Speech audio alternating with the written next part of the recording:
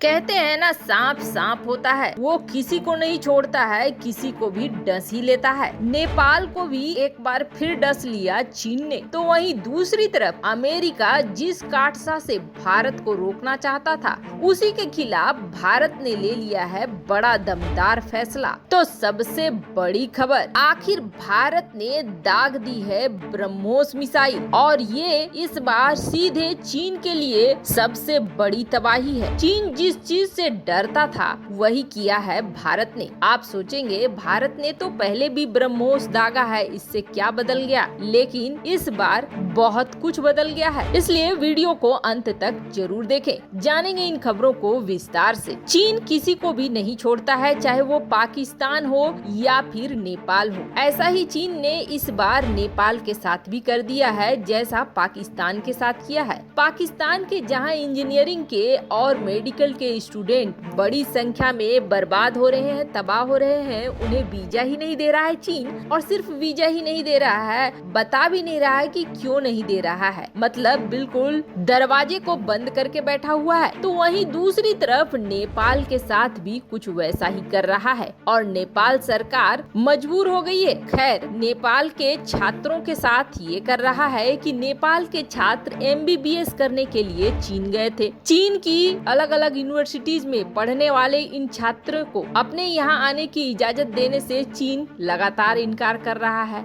अब ये छात्र लगातार यहाँ विरोध प्रदर्शन कर रहे हैं, लेकिन चीन ने उस पर कोई ध्यान नहीं दिया है। मीडिया रिपोर्ट्स के मुताबिक महामारी के कारण चीन ने विदेशी छात्रों का प्रवेश रोक रखा है। अब नेपाल के 153 मेडिकल छात्र इस कारण अपनी पढ़ाई पूरी नहीं कर पा रहे हैं। अब ये छात्र जब महामारी फैली थी उसके बाद वापस लौट आए थे 2020 में। नेपाल में रहते हुए ऑनलाइन तरीके से इन्होंने अपनी थ्योरी की क्लास तो पूरी कर ली, लेकिन प्रैक्टिकल लटकी हुई है। थ्योरी क्लास के सर्टिफिकेट जारी कर दिए गए हैं, लेकिन इंटर्नशिप नहीं हुआ है, प्रैक्टिकल नॉलेज नहीं हुआ है, तो उन्हें MBBS की डिग्री कैसे दी जाएगी? वो MBBS की डिग्री उन्हें मिल नहीं रही है, और जब तक MBBS की डिग्री नहीं मिलेगी वो अपने देश में प्रैक्टिस नहीं कर सकते हैं। अब नेपाल सरकार भी लगातार कोशिश कर रही है कि किसी तरीके से उनके छात्रों का भविष्य खतरे में न जाए। खैर, नेपाल और पाकिस्तान को ये बहुत अच्छे से समझना चाहिए कि ये चीन है, अपने नियमों पर चलता है, चाहे सामने वाले का कुछ बिगड़े या बने। तो वहीं दूसरी तरफ अभी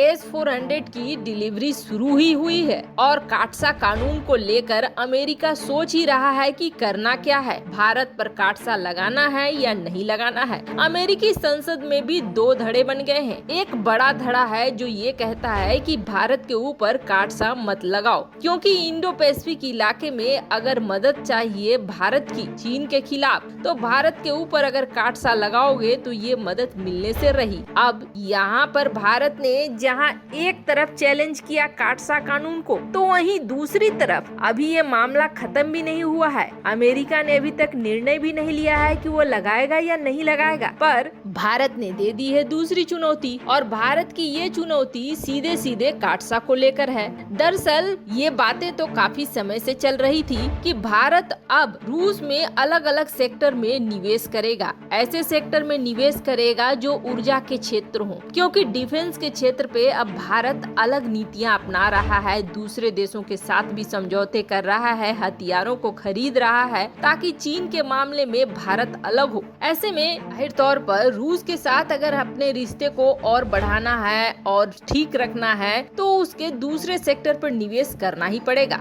भारत इस चीज को बहुत अच्छे से समझता है। ऐसे में भारत ने रूस के साथ एक नया समझौता किया है, और ये समझौता गैस पाइपलाइन परियोजना को लेकर है। और ये गैस पाइपलाइन परियोजना के जरिए भारत LNG की सप्लाई लेगा रूस से। वैसे आपको बता दें, जब जर्मनी के साथ नॉर्ड 2 गैस पाइपलाइन परियोजना की शुरुआत हुई थी, तभी से बाइडेन की और अमेरिका की भौवें तन गए थे। अब भारत के साथ इस परियोजना के शुरुआत होने के बाद अमेरिका इसको लेकर काटसा प्रतिबंध लगाने की बात कर सकता है। वैसे आपको बता दें, काटसा का इस्तेमाल अपने कूटनीति के बड़े हथियार के रूप में करता है, ताकि उसके सहयोगी उसके दुश्मन से हथियार न खरीदे, बल्कि उसी से हथियार खरीदे। पर भारत अब लगातार चुनौती दे रहा है अमेरिका को। तो वहीं दूसरी तरफ भारत के ब्रह्मोस से कितना ज्यादा डर डरता है चीन, ये बात साफ साफ देखने को मिल चुकी है। ब्रह्मोस को लेकर कई बार बयान दे चुका है चीन, और जैसे ही ब्रह्मोस की तैनाती की खबर आई थी कि सीमा पर भारत ब्रह्मोस की तैनाती कर रहा है, वैसे ही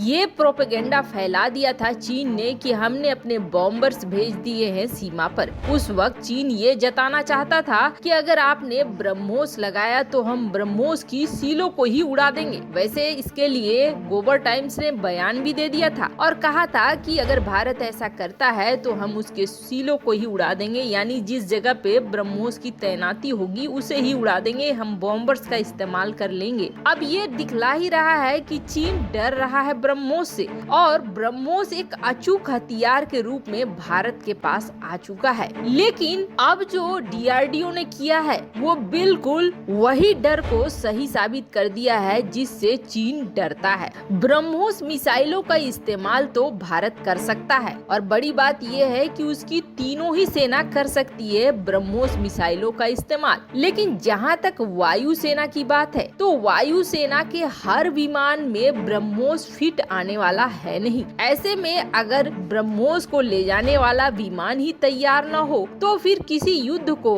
कैसे ब्रह्मोस पल भर में बदल देगा। भारत सरकार रक्षा विभाग लगातार इन चीजों पर ध्यान दे रहा है कि जिससे युद्ध अगर होता है तो इसमें भारत हल्का न पड़े। अब इसी के तहत सबसे बड़ा माइलस्टोन को पार किया है DRDO ने, और ब्रह्मोस के बनाने में ये सबसे बड़ा माइलस्टोन है, क्योंकि इससे और भी रास्ते खुल जाएंगे। आपको याद होगा कि अभी जो टेम्पेस्ट पर आपको याद होगा अभी जो रूस सुखोई 75 पर काम कर रहा है चेकमेट के साथ रूस ने ये ऑफर किया था कि वो हाइपर मिसाइलों से लैस चेकमेट को बेचेगा। अब ऐसा संभव इसलिए है क्योंकि हाइपरसोनिक की बनावट वगैरह सब कुछ अलग है, तो उस विमान को उसी तरीके से तैयार किया जाएगा ताकि वो हाइपरसोनिक मिसाइल को दाग सके। वही हाल भारत के साथ भी है कि भारत का कौन सा विमान है जो कुछ मॉडिफिकेशन के बाद ब्रह्मोस को दाग सके। अब जो ब्रह्मोस का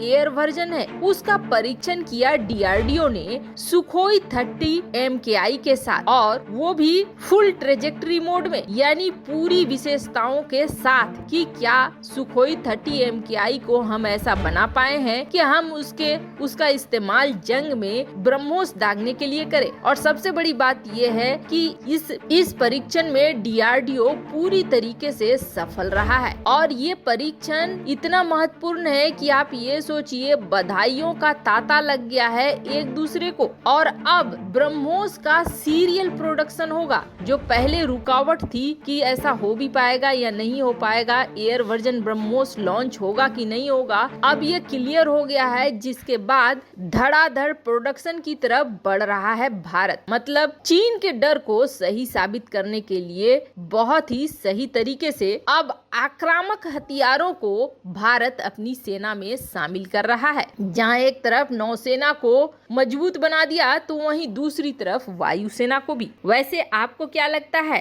रूस के साथ जो हमारी रणनीति चल रही है क्या वो सही है? कमेंट कर अपनी राय जरूर बताएं। जल्द मिलते हैं अगले वीडियो में नई खबर के साथ।